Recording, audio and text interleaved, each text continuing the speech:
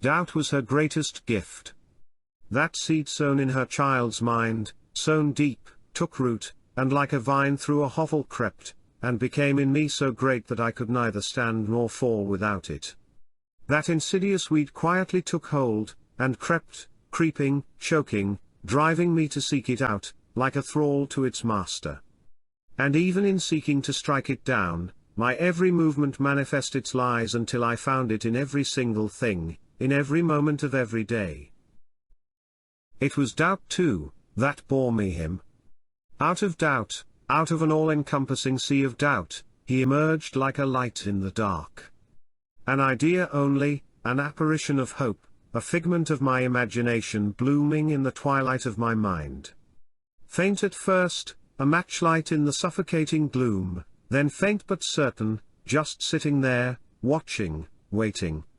Slowly shimmering in the black dollar, a way off but growing, growing until he consumed my gaze, setting my mind transfixed. An idea that became the thing to hold against my mind's meanderings, born of its doubt and all I had to stay true in the torrent of its raging swell. I imagined it was the eyes, and the curl of his lip. He was an image in shade, being all things to everyone and whatever the beholder wanted to behold. Each would remake him anew, an irresistible suggestion waylaying their thoughts. A modern hero, a common but elusive ideal, he would bear the weight of the world upon his shoulders by only convincing them all that it was so. He would be their personal illusion, wrought of solitary imaginations, an endless seascape across which their dreams would wander lost, drawn to wreck themselves on the rocks of his barren meaning. But what was he like, my imagined hero? He was still hidden from me, just out of view, I couldn't quite see clearly, couldn't quite make him out. I would bear him to the world but I had as yet no form to convey him. He was for now a loose sketch, a shape slowly emerging stroke by tentative stroke in my mind's eye. I needed something, an image, on which to hang him for all to see, this obsession of mine. So I sit and stare, stewing again in front of the blank canvas, as far as ever from realizing him and his power. Always the same pristine blank canvas, perfectly unspoilt by my fumbling hand, and always the same sinking doubt inside. And just as the canvas awaited blank, so too my portfolio for admittance to the International Academy of Arts and Design. All because of this obsession with him. A portraitist who can't paint I am, a portfolio with no content it is, and a vague, formless idea of him I have.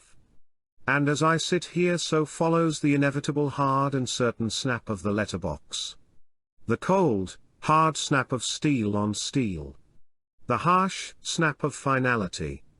And in that box now lies a letter written in words of steel. I fumble inside, a letter from the Academy. As I peel it open I waver between two worlds of certainty, acceptance and success or rejection and failure, it is with regret. Regret. Instantaneous and unrelenting regret. Regret for a lifetime of potential that had just evaporated under my eyes. Cruel jokes hope plays. All the more cruel for the pressing, straining audience I had gathered around me. Telling them all, each and every one, in exquisite detail how I was going to be an artist, a portraitist no less. The lie unfurling further and further day after day. But they can never know this. They can never see the searing shame of my rejection, my failure. Their slanted glances. Their smirking stares. Their silent judgment and their knowing eyes. Consigning me to a perpetual prison of failure held fast in walls of their collective and unrelenting judgment. And the name at the bottom of that letter, Dr. Laurent T. Myatt, Director of the Academy. A stroke of his pen, one side of A4 through the door, and not only was my proof of worth to them eviscerated but so too my only way of realizing him. Yet the lecturer's myopia would earn us both some truth. I didn't really want or need his course, that was only a rush for cover, somewhere that gave just enough of the look of progress to deflect prying eyes while I construct him. For that I did need Myatt, I needed his standing, his influence, And I needed the validation of his personal soapbox, his influential editorial Arts Weekly. His rejection put him in debt to me, a debt I'd have him repay one way or another. So I had begun to follow him. Get a look behind the curtain. I'd watch him daily, reclining by the lake reading, walking methodically home, head bowed, lips recalling, picking at an obscure salad for dinner, re-watching with interest his own interviews, typing on into the night under a weak and solitary lamp. 18 weeks and nothing out of the ordinary. Nothing out of place but for one little teasing thread, just one thing that stood out. There, simmering below the surface, just there floating behind was a seething, ingrained disgust, a deep-seated disgust for the banal, the average, the ordinary. Disgust matched only by his obsession with that very same ordinariness, rooting it out, needling it, poking at it, holding it up to his personal ridicule. On his way to his lectures he'd wait in the frozen, decrepit silence of the platform. Freezing air and steel. A stone grinding under a shoe. I watch him watching them. He's looking, thinking intensely about them. He watches, the typical and the ordinary, takes them in each and all, like a perplexed parent their most peculiar child. People stiff with pretense shuffling, maintaining distance, a careful, subtle step here and there. Quirks and adaptations perfected. He looks almost transfixed, but more, he seems, quietly horrified by them, consumed, torturing his self-satisfied self with their banality and their little delusions of importance. He is quietly horrified by them, disgusted at their ordinariness. The tram comes. We move. He takes a corner to watch from uncomfortable judgment. Or were these performances, perhaps performances he appreciated? They could take 40, 50 years before something gave way. Life's disappointments alone wouldn't wear these down, the parts evolved, shifted, grew, reality itself would fail before these. Could they withstand the wearing weight of life's cumulative disappointments? Could they withstand reason? Could their delusions withstand the blatant banality of their lives? I imagine him mouthing silently. This obsession washes through his body, standing staring, fixing and refixing his glasses. An impertinent scrutiny of the performances playing out around him furrows his brow. Horrified and enthralled by the creations unfolding beside him.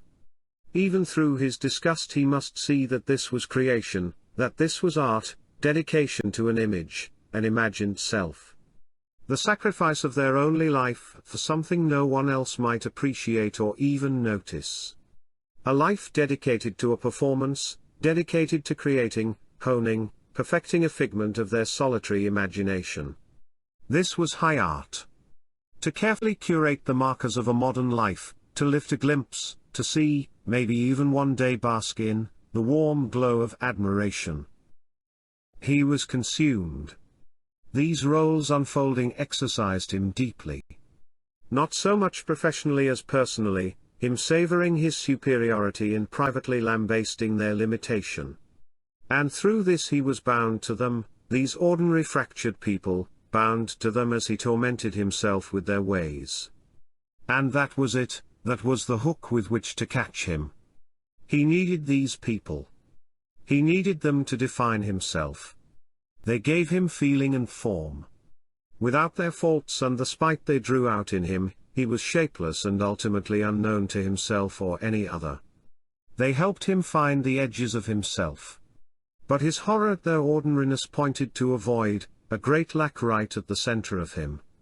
A fear, or perhaps a secret knowing of something inside. Perhaps fear at the thought of slipping into insignificance, a fear he felt deeply. Making himself relevant by training his focus on himself always, watching, keeping himself front and center in his thoughts, keeping the imagined self he knew he wasn't, straining to keep his idea of himself alive only by the force of his own thought, lest it evaporate in the breeze.